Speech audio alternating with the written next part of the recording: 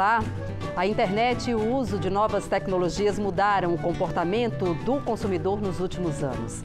Ainda como fatores que influenciaram esse comportamento, temos pandemia de Covid-19 e preocupações com o meio ambiente e a sustentabilidade.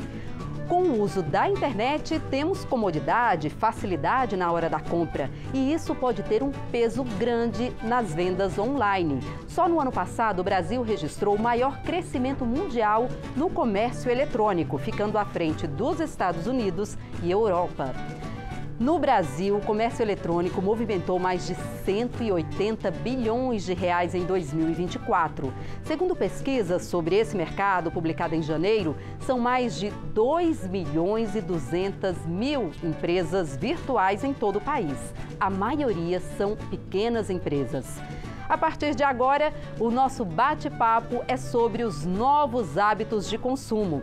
E a gente recebe aqui Renata Outon, professora do Departamento de Comunicação da Universidade de Brasília, da UNB.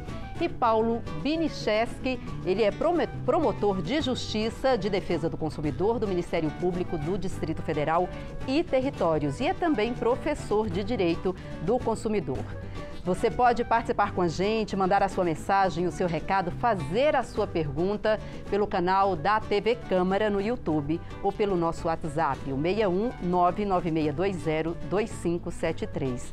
Renata, Paulo, sejam bem-vindos ao Participação Popular e eu começo perguntando, na opinião de vocês, na avaliação de vocês, qual é a maior mudança no comportamento dos consumidores nos últimos anos, Renata? São muitas mudanças, né? Eu acho que se a gente fosse elencar uma delas, eu acho que hoje o consumidor ele procura uma experiência mais integrada no consumo online e offline. Então, o consumidor pode, por exemplo, numa primeira etapa ali do processo de decisão de compra, buscar informações na internet, né? Procurar, pesquisar, comparar. E o segundo momento, talvez, ir até uma loja física, ir até um ponto de venda para experimentar aquele produto, para testar, né? Depende muito, claro, do segmento.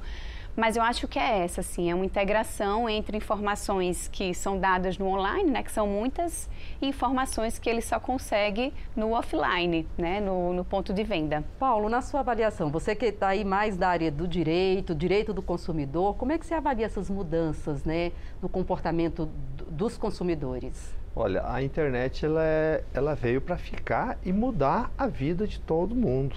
A própria pandemia foi a experiência viva disso, onde se aprimoraram o trabalho, o home office, trabalho em casa, com diminuição substancial de custos e mais efetividade, uma maior presteza do trabalhador.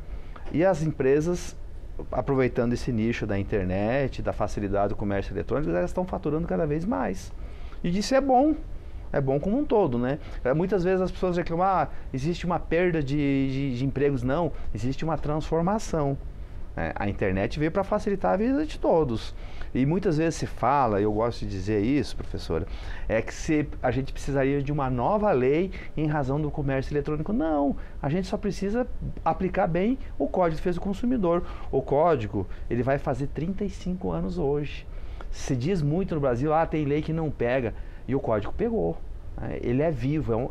O nosso Código de Defesa do Consumidor é uma lei viva, pulsante, e que a todo dia ela se transforma e se adapta aos novos tempos. Agora, aproveitando, Paulo, já quero emendar aqui uma pergunta sobre os direitos mesmo dos consumidores. A gente vai falar bastante aqui sobre comportamento, sobre essas mudanças que a gente tem percebido nesses últimos anos, mas com relação a essa mudança, compra online, né? Cada vez mais as pessoas vão para a internet. Qual é o maior desafio em relação aos direitos mesmo dos consumidores? O comércio eletrônico, o maior desafio para o consumidor é que ele efetivamente receba o produto que ele adquiriu, porque ele compra na confiança. Exatamente. Né? Às vezes nem sempre chega na nossa casa aquilo que a gente espera, né? O mercado de consumo ele tem que ser baseado na boa-fé, na confiança. E a confiança é bilateral, tanto por parte do consumidor quanto por parte do fornecedor. E é um dos grandes desafios, não só na nossa ordem jurídica, mas no mundo todo, impedir os maus elementos de usarem a internet, as facilidades do meio, para praticarem golpes. todo dia se cria um golpe novo na internet, né? Então, qual que é o desafio do consumidor? É saber onde comprar, ter a garantia que vai receber o produto. Por isso que grandes empresas que utilizam o sistema de uma espécie de seguro para garantir a entrega do produto, elas prosperam cada vez mais.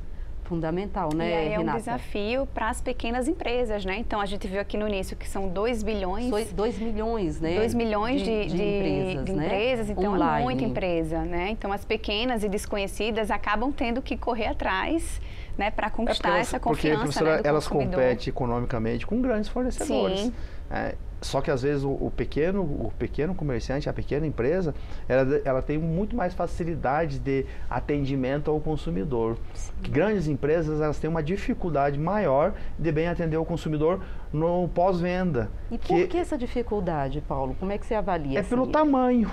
Você vê a estrutura mesmo da empresa? Sem citar nomes, mas esses grandes fornecedores que vendem milhares de produtos diariamente, muitas vezes usam o chamado marketplace, que elas oferecem dentro dos seus sistemas um espaço para que pequenos comerciantes vendam seus produtos. Ali é um nicho, eu diria, um pouco pantanoso, porque muitas vezes maus elementos entram nesse segmento e eles querem utilizar o subterfúgio e dizer assim, não, eu não tenho responsabilidade, a responsabilidade é do anunciante. Calma aí, não é bem assim que tem que ser bem tratado. E a gente nos paramos na Promotoria de Defesa do Consumidor, reclamações de consumidores que não conseguem um atendimento pós-venda. Quando alguma coisa dá errado, eles não conseguem ter um atendimento, porque são atendimento eletrônico, não existe uma interface amigável para o consumidor conseguir fazer a sua reclamação e, mais ainda, ser atendido. Gente, reclamação, né? Tem bastante. Agora eu estou lembrando aqui, a gente comprou recentemente um produto, um livro, e assim, tinha um prazo de entrega e depois você recebe a mensagem, né? Não, quando estiver disponível a gente avisa. Então, assim, reclamação que não falta no meio digital também. E as plataformas são obrigadas a ressarcir o cliente, a pessoa, o consumidor? No caso, ela não recebeu o produto? Eu entendo que sim, né? E a lei determina, sim, né? Ele determina, porque o negócio não foi concretizado. Agora, o consumidor, veja bem, existe um dispositivo no código, que é o artigo 35, o consumidor tem direito a 3 opções. Ele quer receber o produto, se prometeu, tem que cumprir, é promessa. A promessa da venda. Ele pode pedir um abatimento do preço pela demora ou a restituição integral do valor pago e corrigido.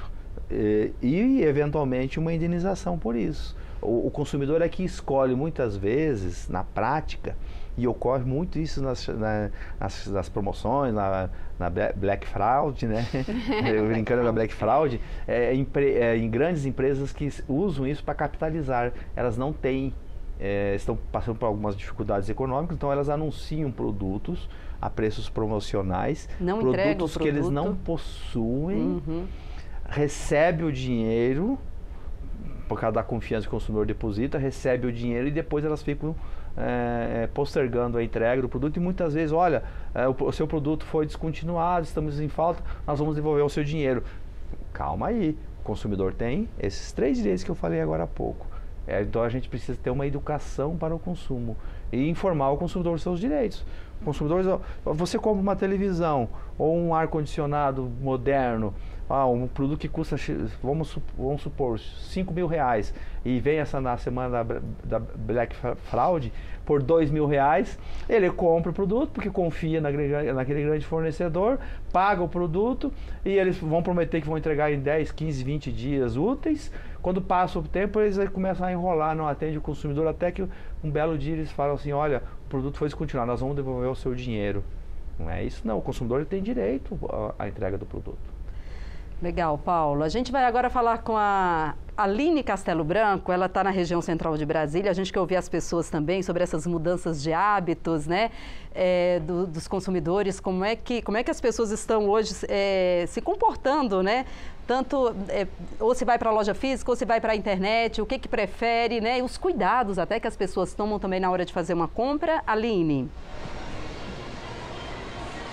Aliás, Aline... Isso, Jace, bom dia a você, bom dia aos nossos convidados, a todos. Oi! Oi, Aline. Eu já quero até começar a pergunta com você mesma, Aline. Como é que você gosta de comprar? Você está comprando mais online ou você ainda gosta de ir na loja física, hein? Já, se eu faço uma pesquisa, eu vou comparando. Semana passada, inclusive, aqui na sexta-feira, a gente também estava aqui nesse shopping na região central de Brasília, eu estava procurando um mixer lá para casa. Aí eu entrei numa loja, vi mais ou menos o preço, falei assim, acho que vou encontrar mais barato na internet. Terminamos o programa, eu entrei na van para a TV, para voltar para a câmara, encontrei o produto mais barato, comprei e já chegou. Então, para mim, o que compensa mesmo é a economia. Mas comigo aqui está o Pedro Henrique, que tem 24 anos, que também tem esse perfil, geralmente os jovens têm essa tendência a comprar mais pela internet para economizar. Pedro, você acha que vale mais a pena comprar na internet?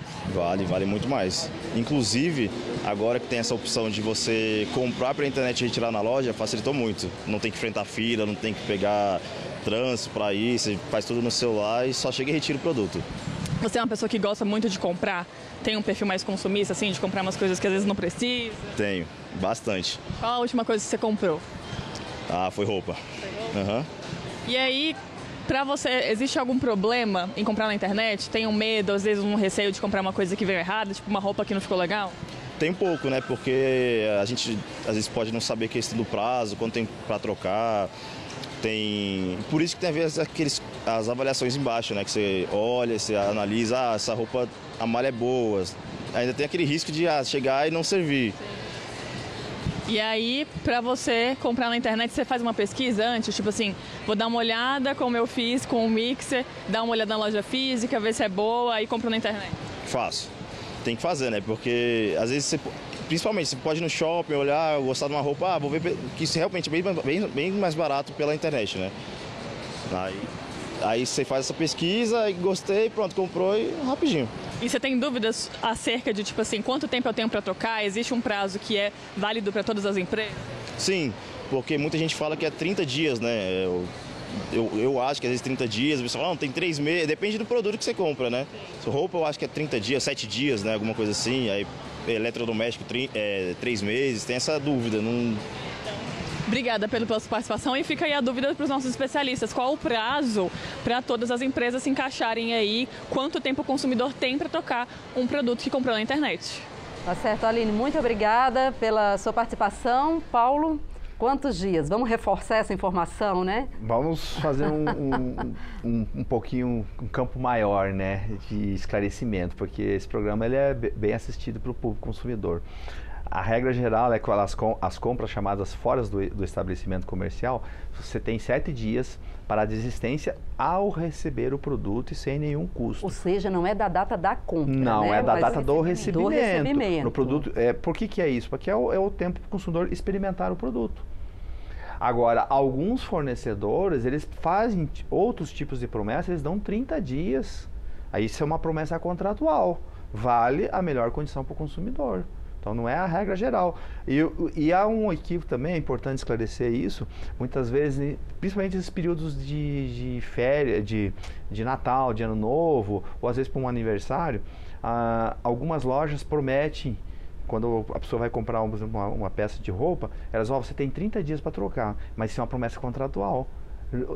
Quando você compra presencialmente, esse prazo de 7 dias não existe, a não ser que a loja diga que dá um prazo para você fazer a troca do produto.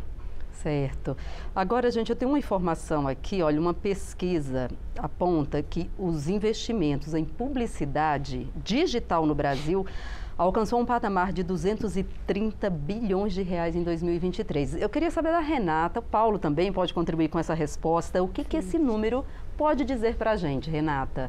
30 bilhões, né, em publicidade digital. Eu acho que a gente pode pensar nesse número a partir de 2 perspectivas, né? A primeira delas é a quantidade de empresas online, né? A gente viu aqui no início do programa mais uma vez, então toda e qualquer empresa hoje pode fazer publicidade no digital, né? É um pouco mais acessível se a gente for comparar com a publicidade mais tradicional, digamos assim, entre aspas, de televisão, de media out of home, de rádio, né? Então, eu acho que o investimento no digital, ele possibilita a atuação da empresa, né? Esse ponto de contato com o consumidor a partir de várias vários pontos, né? A partir de vários formatos. Então, a gente tem os formatos mais tradicionais de publicidade em Instagram, em Facebook, nas redes sociais de maneira geral. A gente tem investimentos em influenciadores, em marketing de afiliados, em creators, banners. Então, assim, tem muita possibilidade que o digital, né, oferece para essas marcas. Então, por isso, né, que a gente vê aí esses investimentos mais altos. E se está tendo esse investimento alto, é porque está tendo retorno para as empresas. Exatamente, né? Que é um outro ponto, né? Que é a possibilidade de você segmentar sua comunicação. Eu acho que quando a gente fala de consumo online, no digital, de maneira geral, segmentação é uma palavra-chave. Né? E a gente pode falar de segmentação tanto do ponto de vista do produto. Então, hoje eu posso criar produtos muito mais nichados, né, para consumidores que tenham necessidades, interesses e desejos mais específicos, né, que eu posso vender aí para o Brasil, para o mundo todo. E eu também posso segmentar a minha comunicação, né? Então, eu consigo pensar exatamente qual o perfil de público que eu quero que receba aquela minha publicidade, que receba aquele meu conteúdo. Então, hoje, da mesma maneira que o consumidor tem mais acesso à informação, né, ele pode acessar site, ele pode, como o nosso entrevistado falou ali, avaliar, acessar as avaliações, né? Enfim, ver todo o leque de informações que existe na internet sobre um produto ou serviço, mas as marcas também têm acesso a informações sobre os consumidores, né? Então, essas informações, elas são chave para que a gente possa criar uma comunicação que seja mais assertiva, né? Mais efetiva e mais adequada ali para aquele grupo, que é algo que a mídia tradicional, muitas vezes, ela não consegue, né? Ela não possibilita aquilo ali. Existem prós e contras das duas maneiras, né? Eu acho que a gente... Perdão aqui falar muito, mas a gente costuma falar na faculdade. Mas é porque eu tenho o péssimo hábito de falar só sobre o direito, né? E a gente precisa receber uma outra comunicação, né? Essa comunicação mais esclarecedora de hábitos de consumo, que você está falando. E aí vem a parte do direito. Hoje, as grandes plataformas sociais, né, redes sociais, que me parece que estão concentrando o maior número de publicidade. E aí nós nos deparamos com publicidade abusiva ou enganosa, essa enganosidade. E nós temos mais uma nuance. Agora, recentemente, se fala aí da inteligência artificial. Nós vemos publicidade falsas usando a personalidades como menino Neymar, o Luciano Huck. Hoje mesmo eu vi uma propaganda como se fosse o Luciano Huck, né? E não é. É uma enganosidade, porque usam uma imagem, muitas vezes criada por inteligência artificial, e a voz da pessoa, como se fosse ele anunciando um produto. E a gente precisa cobrar maior responsabilidade dessas empresas, das plataformas sociais, tipo Instagram, Facebook, o próprio YouTube, que eles têm maior responsabilidade no controle dos anunciantes. Eu acho, isso nós precisamos, viu, professor? Nós precisamos mesmo. Por isso que você fala da chamada o Marco Civil da Internet, que dá uma espécie de imunidade, de responsabilidade a essas empresas, que a gente tem que refletir até onde vai essa imunidade. A gente precisa cobrar a responsabilidade dessas empresas também, de um controle maior. Não previamente, porque acho que é impossível, né? Seria mesmo que você querer impedir o fofoqueiro fazer fofoca. Mas a gente precisa ter mecanismos de controle de identificação desses anunciantes, que as plataformas precisam criar mecanismos de identificação, que se for necessário, a posteriori, para buscar a responsabilização desses anunciantes. Renata, gostaria de complementar? Sim, eu acho que esse é um ponto muito interessante que Paulo ressaltou, né? A gente tende a focar mais na figura do consumidor. Sim. Consumidor, você precisa saber dos seus direitos, você precisa entender o que é publicidade, o que não é, o que pode ser falso ali, o que não é. Claro, né? A gente também precisa, conhecimento é vida, né? Então, claro que o consumidor precisa ter acesso a essas informações, mas eu acho importantíssimo a gente responsabilizar também as plataformas, que elas detêm um poder gigante ali, né? Elas conseguem, de alguma maneira, intermediar, e não só intermediar, né? Eu acho que até influenciar nos conteúdos que chegam até nós, consumidores. Então, é um ponto muito importante que a gente sempre bate nessa tecla. Você falou algo interessantíssimo, né? O conteúdo que chega até nós, consumidores. A gente tem responsabilidade de empresas para a questão do compartilhamento de informações dos consumidores sobre geolocalização, hábitos de consumo. Quando você às vezes está chegando no shopping e e veio uma propaganda, uma publicidade no seu celular de uma determinada loja. Eu disse, nossa, que interessante. A gente nem pensa, mas peraí, como é que chegou isso até você? Chegou porque eles estão compartilhando sua geolocalização. É uma publicidade dirigida. Claro que eles dizem, não, a gente não entrega a identificação do consumidor que está chegando, mas ao mesmo tempo os seus dados estão sendo utilizados. E se diz que o novo ouro, né, são os dados dos consumidores. É o petróleo, né? É o petróleo, né? É mais do que petróleo, né? É ouro para mim, né? Vamos falar um pouquinho mais sobre segurança aí para os consumidores. A gente vai voltar para a região central de Brasília com a repórter Aline Castelo Branco. Aline. Isso, já. Você está falando aí de fraude. Eu tô com a Ana Clara, que tem 20 anos, que já passou por uma situação na internet de comprar uma coisa e não recebeu. Conta pra mim, Ana Clara. Então, eu comprei uma garrafa térmica, que ela geralmente é bem cara, e ela tava assim, por mais da metade do preço. Eu falei, nossa, vale muito a pena. Só que aí já deu mais de um mês, nunca chegou, nunca recebi código de entrega, nada do tipo, e eu nunca recebi. E aí você fez alguma coisa pra ir atrás? Tipo assim, vou fazer uma reclamação no Reclame Aqui, vou ver... Como que você caiu nesse golpe primeiramente? Então, eu fui influenciada pelo TikTok. Apareceu uma promoção lá e um monte de comentário falando que tinha chegado, que estava tudo certinho. Então, eu meio que fui influenciada, achei que estava tudo certo. Mas, na verdade, era golpe, era tudo articulado. Todo mundo estava ali sendo pago, provavelmente, para te fazer cair. Exatamente. E aí você fez alguma coisa para ir atrás? Mandou mensagem, e-mail para esse site? Não, eu procurei no site oficial, mas eu vi que eles não tinham postado nada do tipo. Eu falei, deve que é golpe mesmo. E a Ana Clara estava me contando que o site era extremamente parecido com o site original da marca, né, Ana? Muito, muito parecido. Até as opções de abas lá, tudo igualzinho, só que não era. Agora me conta uma coisa, você costuma comprar muita coisa na internet, assim, antes desse trauma aí com essa fraude? Então, eu costumava comprar bastante, só que depois disso eu costumo olhar bastante agora para ver se o site é oficial, se tem gente confiável falando. Hoje em dia eu compro menos, mas ainda compro. É isso, obrigada, viu, Ana? Tomara que essa garrafa chegue ou então que ela pare de cair também. Outras pessoas não caiam nesse vídeo. Espero que não, porque, gente, é horrível. É isso, já, volto com você. Tá certo, Aline, muito obrigada. Também a Ana contando um pouquinho sobre a história dela. E até esse tipo de situação ajuda a moldar o comportamento também do consumidor, né, Paulo, Renata? Quer dizer, e o que você pode dizer, Paulo, não tem o que fazer nesse caso, né? Infelizmente, quando a gente cai num golpe, a gente fica impotente, né? Identificar esses maus fornecedores é um trabalho para as autoridades. Ela tem que fazer uma reclamação formal, um registro de ocorrência, que muitas vezes os golpistas eles podem ser identificados, porque a internet deixa rastros. Né? Às vezes a pessoa sofre um golpe e acha que não há nada a ser feito, ou seja, pelo menos um BO a pessoa é importante fazer. Para registrar, quando né? eu falei aqui um boletim de ocorrência, é importante, porque nós temos, por exemplo, aqui no Distrito Federal, nós temos a DRCC, que é a Delegacia desses crimes cibernéticos, né?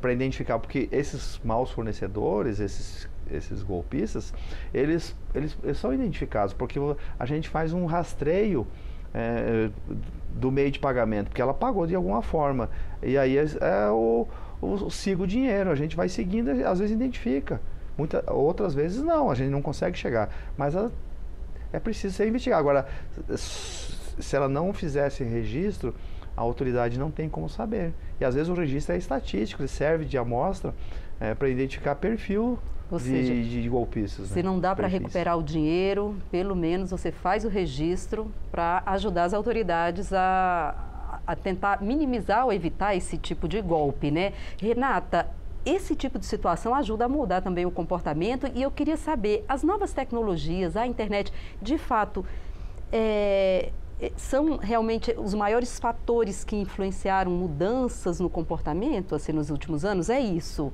É a internet e o uso dessas tecnologias?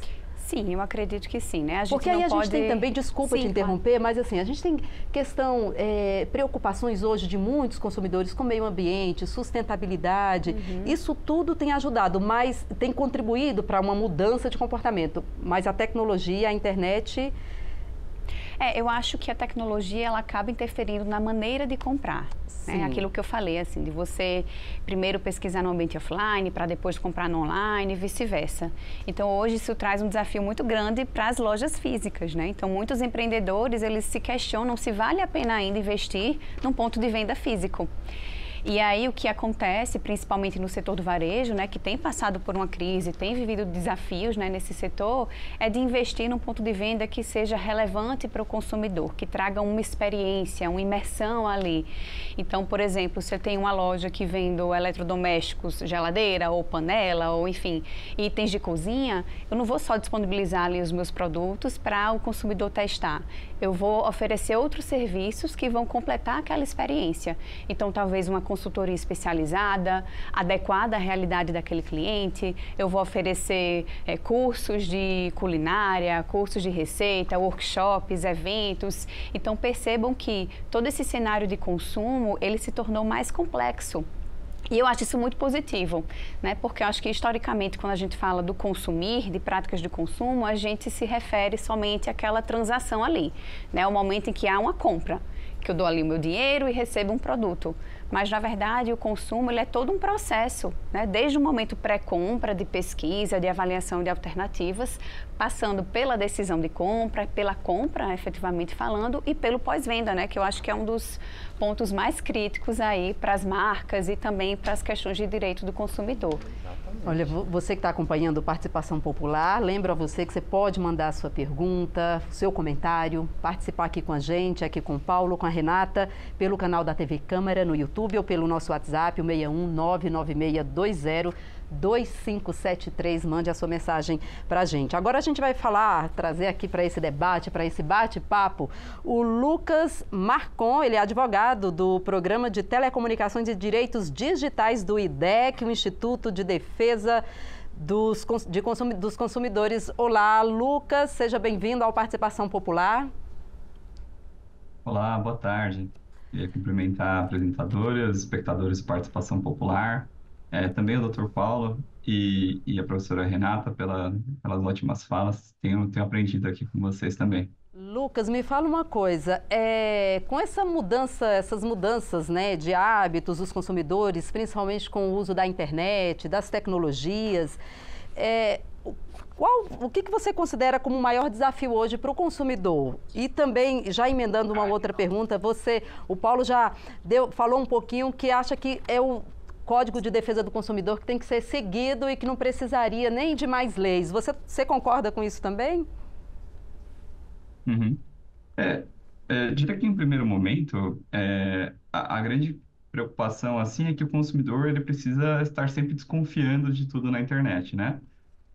Justamente pelo que meus colegas que trataram aqui de problemas como a publicidade abusiva, né, de como os dados pessoais conseguem direcionar conteúdo e publicidade de forma muito específica que vão estimular o consumidor a todo momento a ver produtos que de fato interessam a eles, que têm relação muito estrita com os gostos do consumidor. Então tem uma influência grande no processo decisório de compras, pode gerar compras impulsivas como o próprio consumidor comentou nas ruas. Que são essas compras, né, sem se considerar a real necessidade ou a qualidade do item.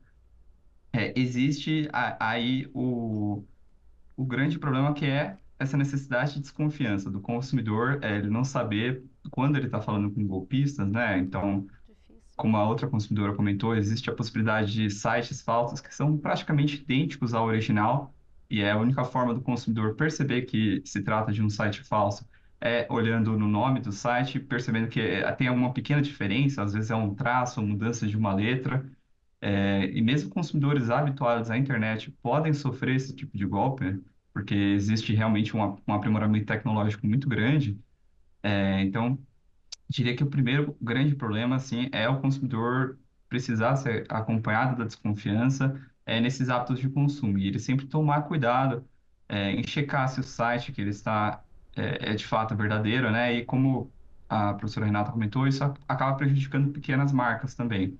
Então, o consumidor, ele muitas vezes se sente mais seguro comprando em grandes plataformas, em plataformas que existe alguma segurança, que existe alguma possibilidade de receber o dinheiro de volta em caso de golpe. E diria que essa é uma grande preocupação, né? Se, por um lado, o consumidor tem que estar sempre preocupado e estar sempre atento na hora de fazer as compras, por outro, existe uma necessidade não só de plataformas digitais se responsabilizarem, mas das próprias empresas investirem em tecnologias de cibersegurança. Então, contratarem serviços de tecnologia para a criptografia dos dados, para proteger os dados pessoais que são armazenados em sua base, para possuir sistemas de segurança como firewalls, sistemas de autenticação em 2 fatores, e assim evitar, por exemplo, a ocorrência de vazamentos de dados pessoais. Porque toda empresa hoje que faz compras, viabiliza compras na internet, acaba armazenando dados pessoais dos usuários. E esses dados, se eles não forem bem guardados, eles estão sob risco. E os consumidores podem sofrer algum golpe posteriormente se essa base de dados for invadida. E você acredita, Lucas, que a legislação ela já é suficiente ou vocês acham que o Congresso pode contribuir aprimorando aí de alguma forma a legislação existente? Sempre há espaço para aprimoramento. O Código de Defesa do Consumidor é uma legislação excelente, que é modelo para vários países, mas ela é dos anos 90.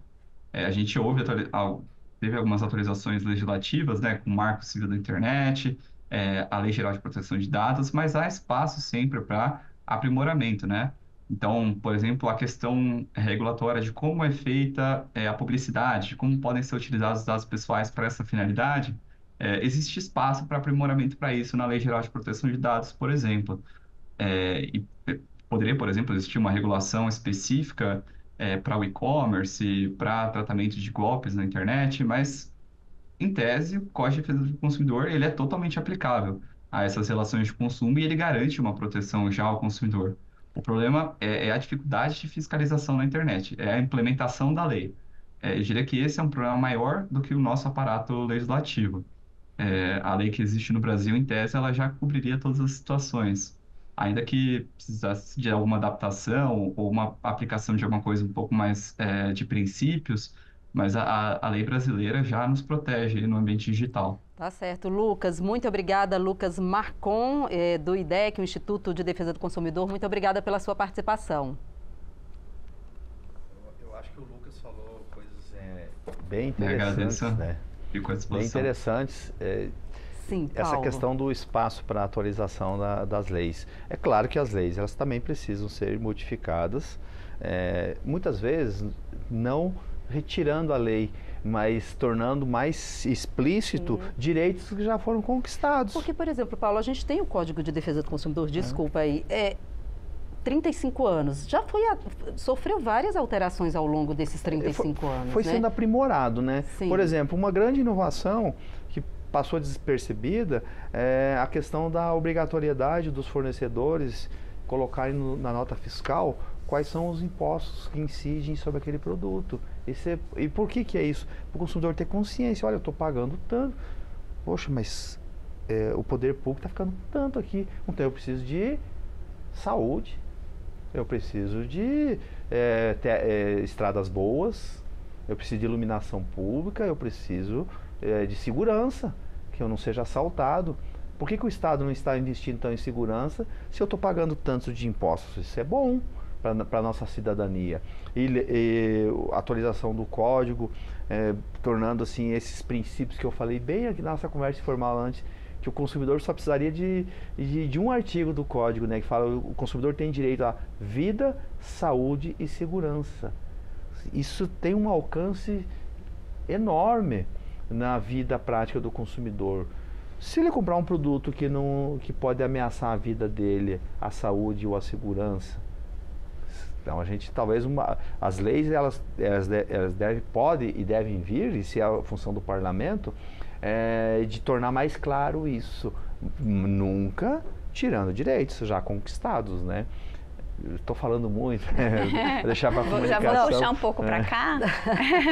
Mas tudo isso, mas essa questão viu? que o Paulo está colocando aqui sobre os direitos, a gente, né, Renata, isso tudo tem a ver com comportamento, né? Sim. Foi mudando ao longo dos anos. A gente está falando de um Código de Defesa do Consumidor que vai fazer 35 anos em setembro.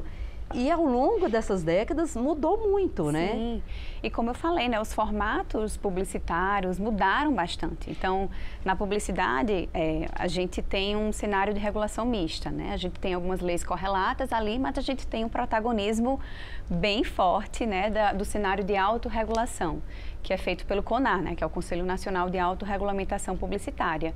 Então, no nosso caso, a gente tem também dificuldade de pensar em criar novas regras, novas condutas para a publicidade, porque ela vai se moldando muito a partir dessas novas tecnologias. Então, algo que não existia há 10 anos, por exemplo, que hoje é muito forte na nossa área, é o marketing de influência, né? Então, são os influenciadores que estão ali intermediando os processos de consumo entre as marcas e os consumidores.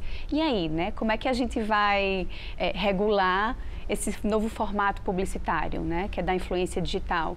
Então, o CONAR, por exemplo, em 2021, ele criou um código, né, um código de conduta, de ética, que ele vai traçar ali algumas regras básicas para esses formatos. Mas ainda assim a gente vê muitos consumidores sendo enganados por influenciadores, né? Enfim, isso é o que mais tem. Então, o influenciador divulgando o produto, falando uma coisa, quando o produto é outra, que é o quê? A propaganda enganosa, Mas né? Então, são muitos meios, né, para enganar o consumidor, porque os influenciadores, aí você tem a inteligência artificial, que o Paulo citou aqui também, e aí vai se tornando um ambiente cada vez mais desafiador para a gente, consumidor, né? Sim. A gente vai conversar agora com o deputado Duarte Júnior, do PSB do Maranhão, que vai participar aqui com a gente. Deputado, seja bem-vindo ao Participação Popular.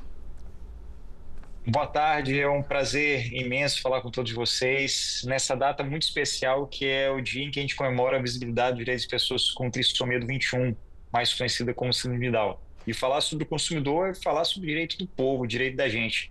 Pois, como disse John Kennedy, consumidor somos todos nós. Portanto, muito obrigado aí pelo convite. Estamos aqui à disposição para falar dos hábitos do consumidor.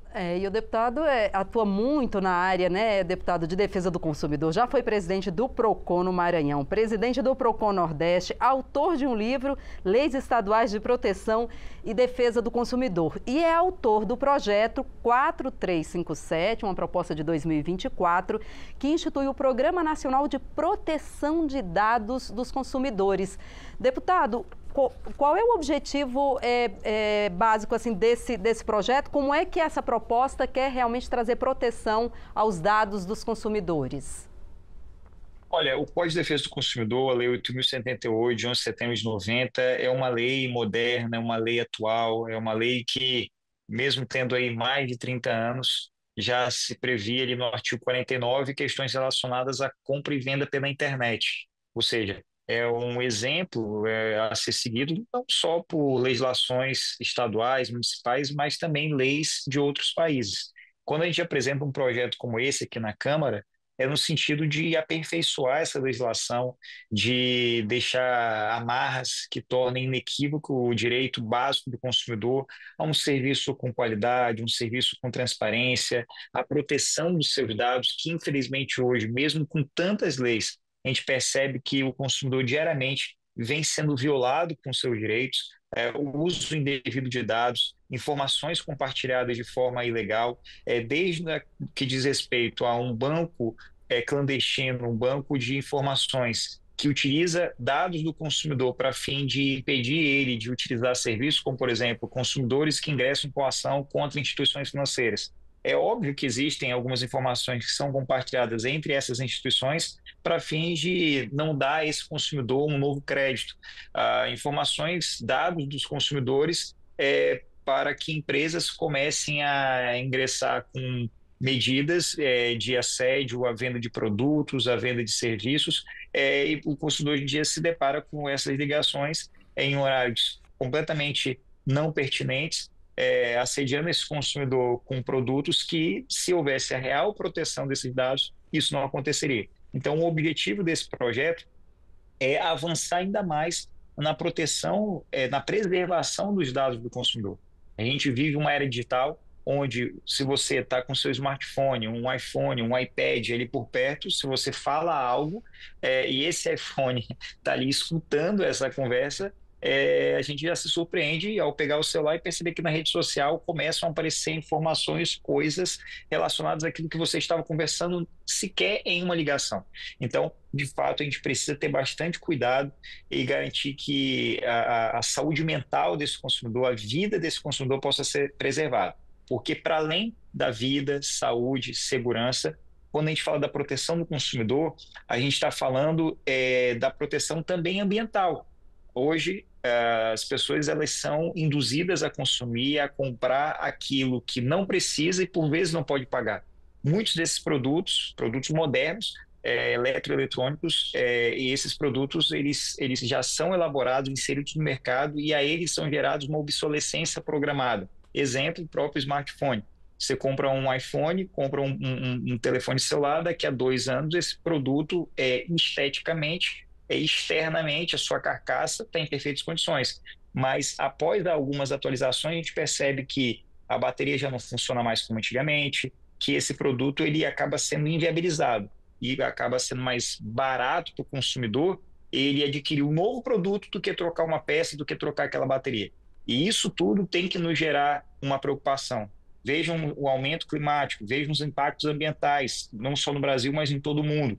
Porque a partir do momento que o consumidor compra aquilo que não precisa, compra aquilo que não pode pagar, além do superendividamento, esses dejetos, o descarte desses itens, o descarte desse material acaba também prejudicando o meio ambiente, consequentemente a vida, saúde e segurança das pessoas e de todas as vidas que existem nesse universo. Deputado, o senhor está trazendo aqui vários pontos que a gente ficaria aqui horas aqui batendo papo e conversando sobre essas mudanças aí no comportamento do consumidor. Mas para a gente encerrar, eu queria que o senhor desse a sua opinião também, já que é da área de defesa do consumidor. Na sua opinião, qual é a maior mudança de comportamento desses últimos tempos aí, em relação à mudança de comportamento do consumidor? Olha, inevitavelmente o consumidor ele acaba hoje sendo muito mais assediado a comprar, assediado a consumir e assediado de várias formas. Hoje tu não recebe uma publicidade como na década de 80, como na década de 90. Existem publicidades que o próprio CONAS já retirou de circulação, tradicionais. Qualquer aula de direito do consumidor básico a gente cita o exemplo da sandália da Xuxinha, do batom, compre batom. A gente aqui que é desse patamar de mais de 30 anos, a gente lembra dessas publicidades que eram extremamente abusivas. Mas hoje em dia, essa publicidade clandestina, ela, a meu ver, é muito mais agressiva do que o compre batom, porque era muito expresso, compre batom. Se você não tiver a sandália da Xuxinha, você não vai ser bem vista na escola. Ela é muito mais agressiva porque ela é clandestina. Ele coloca uma pessoa, um artista, para usar sua rede social, usar uma roupa, às vezes é um relógio que passa a mão e vê que o relógio está aparecendo, as pessoas que eu quero um relógio daquele. Às vezes não é nem um artista, uma pessoa comum da cidade, uma pessoa simples como eu e você, que usa uma roupa e acaba criando uma tendência, uma moda, e isso mexe psicologicamente com o consumidor. A gente vive uma era de problemas relacionados à saúde mental, as pessoas estão mais ansiosas, as pessoas estão mais violadas no seu íntimo. E é uma doença perigosa, porque não é uma doença visual, a gente não tem um diagnóstico fechado. São sinais que precisa de muita atenção para poder identificar e tratar. Então, a maior preocupação hoje, eu enquanto advogado de defesa do consumidor, enquanto ex-presidente do PROCON, de pessoa que me dedico a estudar as políticas de proteção da defesa do consumidor, a minha maior preocupação hoje com essa nova tendência, essa new tendency, é a agressão do consumidor por meio das redes sociais, porque ali as pessoas estão diariamente sendo agredidas a consumir, a comprar aquilo que, repito, não precisa e por vezes não pode pagar. E quando não consegue fazer, gera uma ansiedade, gera uma depressão, gera uma série de problemas de ordem de saúde mental. E isso é algo que a gente tem que se preocupar enquanto poder público. O governo federal tem que ter uma atenção muito especial, porque essa é uma preocupação de hoje e para os próximos 10, 20 anos. Tá certo. Deputado Duarte Júnior, muito obrigada pela sua contribuição aqui ao nosso debate sobre esses novos hábitos de consumo. Muito obrigada. Eu que agradeço, um abraço a todos vocês e a todos os convidados aí. Fiquem com Deus. Nós conversamos com Duarte Júnior, né? Ele é do PSB, o deputado do PSB do Maranhão e autor desse projeto que a gente citou aqui, é o 4357 de 2024, que institui o Programa Nacional de Proteção de Dados dos Consumidores. Essa questão que o deputado colocou aqui do assédio aos consumidores é algo muito sério, né, Paulo, Renata? Eu vou começar e vou deixar a Renata encerrar, né, a nossa participação aqui.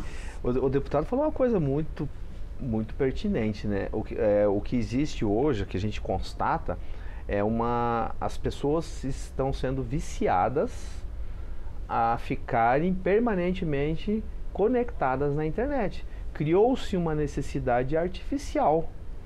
Se você pensar em direito à privacidade, há mais de 100 anos se defendia o direito de estar só. Hoje a pessoa não quer estar só, porque foi passado as mensagens subliminares.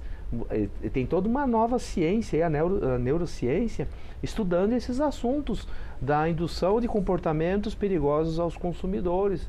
Se você pensar, refletir adequadamente, quando você vai num restaurante, você vê casais que, ao invés de estarem ali namorando, conversando, elas estão cada um no seu mundo individualizado, conectada à internet, navegando por redes sociais, olhando stories de outras pessoas, vivendo além da realidade, esquecendo a realidade, esquecendo do trato aqui.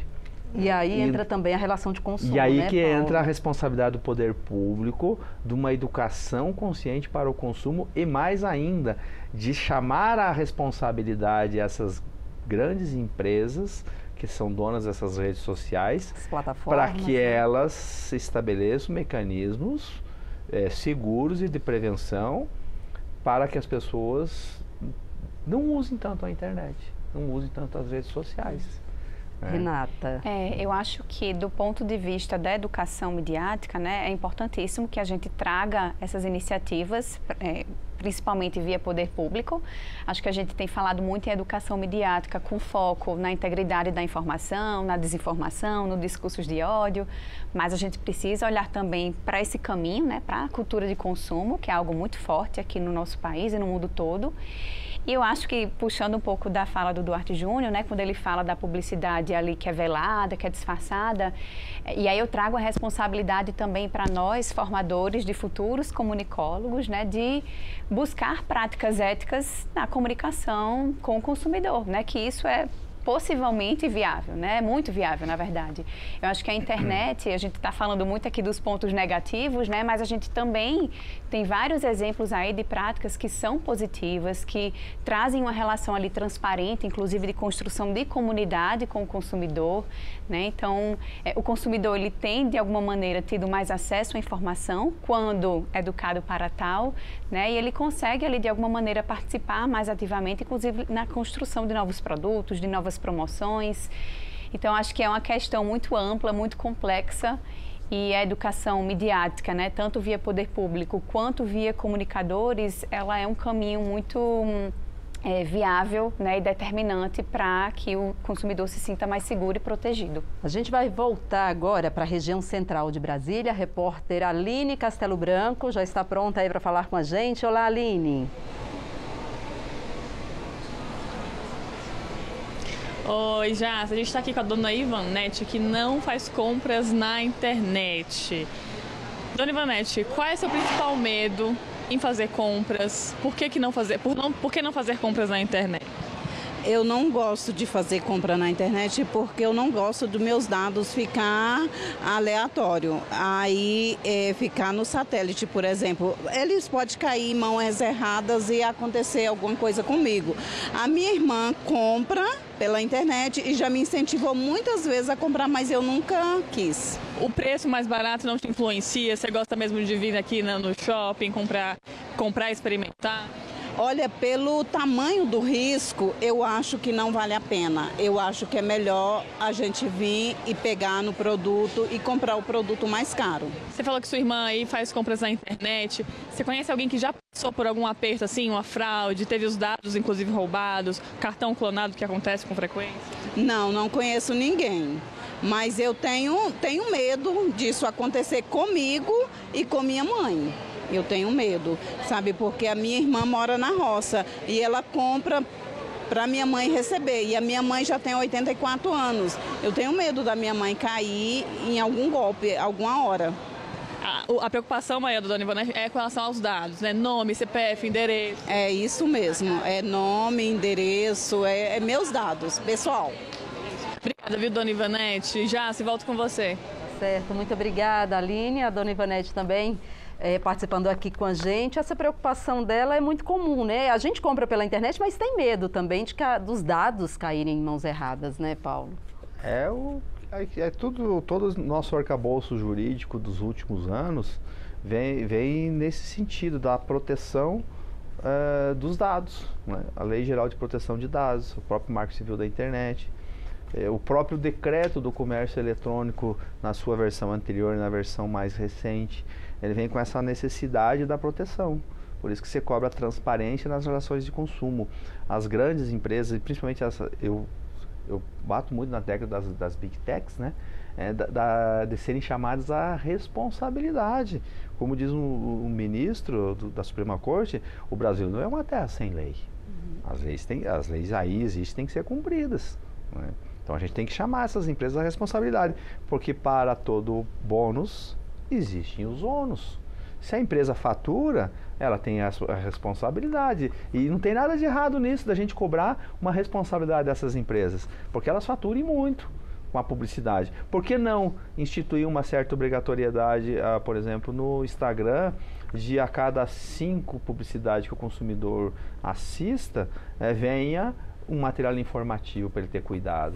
Alguma coisa assim, não num formato que você diz lá. Você lembra daquela quando o cigarro ainda tinha a permissão de ser publicidade na televisão? Lá no finalzinho vinha muito rápido, aquele, né? Assim, aviso, não sei o que faz mal à saúde. Você nem percebia. Sim. Não é assim que a gente deseja. A gente deseja que o mesmo espaço da publicidade venha um espaço criando a consciência no consumidor para fiscalizar as empresas, para que ele não fique tanto tempo na internet. Enfim, várias coisas aí que vai melhorar. Que a gente entra aí também ainda em mudança de comportamento, né, Renata? Que seria já essa educação do consumidor. E essa saúde mental do consumidor é fundamental também, sem ter essa preocupação, né? Sim, eu achei muito interessante essa entrevista, porque de fato tem muita gente que ainda não compra pela internet, pela falta de confiança, né, com razão. Mas eu acho que essa é uma questão muito cultural, assim, a gente fala muito em costumes geracionais, né? Claro que eu estou aqui generalizando gerações, mas eu acho que a tendência é que, de fato, as pessoas passem a comprar mais na internet por toda a atmosfera que a gente vive, né? A atmosfera pela internet, digital. Seria, assim, os atrativos, a gente já está até chegando ao finalzinho aqui do programa, mas seria facilidade, a comodidade e preço? O preço já não seria a primeira preocupação do consumidor? Eu acho que ainda é uma grande preocupação, mas vai muito da postura da marca, né? Tem marcas hoje que elas se preocupam em fazer uma venda que a gente chama de omnichannel. Então, é você tentar integrar, por exemplo, as vendas dos seus aplicativos com as vendas das suas lojas físicas, né? Eu acho que essa é a melhor saída para as marcas. Então, é você, de repente, olhar ali um produto pelo aplicativo da marca, mas depois de fazer a compra, ir até a loja para buscar, né, aquele produto ali. Quem sabe, dentro da loja, passar por outras experiências, né, que agradem, que fidelizem aquele consumidor. Então, como eu falei, né, a tendência é que a gente tenha um consumo mais integrado, né, que consiga juntar aí os benefícios do online e do offline também. A gente está chegando ao finalzinho e eu já quero pedir as considerações finais de você, Renata, Paulo. Vou começar pelo Paulo aqui, as considerações finais, Paulo. O que você pode falar aí para os consumidores, para a gente fechar aqui o programa? Que tenham confiança, sim, na internet, né? A internet veio para mudar as nossas vidas e para melhor. Os bons usos da internet ainda é maioria, né? Maus usos, devem ser coisas quase que insignificantes, né? E o consumidor tem que ter essa confiança. E que o consumidor, ao se sentir lesado, ele tem que procurar os órgãos de defesa do consumidor, PROCON, Ministério Público, isso está por aí. Por exemplo, no Ministério Público você não precisa nem ir à promotoria, você pode fazer uma reclamação diretamente junto à nossa ouvidoria. É só entrar lá no site do MPDFT, né? Pela internet, ele faz a sua reclamação lá, existem formulários para ele preencher lá, ou acessa o site do Ministério Público. O site do Ministério Público, ele vai na ouvidoria lá. Certo. E ele tem que estar, inclusive, lá como fazer essa sua reclamação. E o Ministério Público, toda e qualquer reclamação, ele vai, no mínimo, dar uma resposta ao consumidor. Muito legal. Renata? Eu acho que o meu apelo final agora até para os comunicólogos, publicitários, né, para que a gente consiga de alguma maneira criar conteúdos que sejam relevantes para os consumidores, que consigam criar esse vínculo, né, construir um relacionamento, porque eu acho que sim, há muitas coisas ruins na internet, mas também, né, há muitas coisas boas, há muitos relacionamentos que podem ser construídos ali no online entre marcas e entre consumidores, né? Por que não? E aí eu acho que isso ajuda a trazer, né, a internet dentro desse contexto mais ético, que pode parecer uma utopia, mas é possível, né, ainda. Tá certo, eu agradeço muito a participação. Renata Othon, professora de Marketing em Publicidade e Propaganda da Faculdade de Comunicação da UNB, a Universidade de Brasília, e também ao Paulo Binicheski, que é promotor de Justiça de Defesa do Consumidor do Ministério Público do Distrito Federal e Territórios, professor de Direito do Consumidor e vice-presidente da Associação Nacional do Ministério Público do Consumidor. Muito obrigada pela participação, pela presença de vocês hoje aqui com a gente.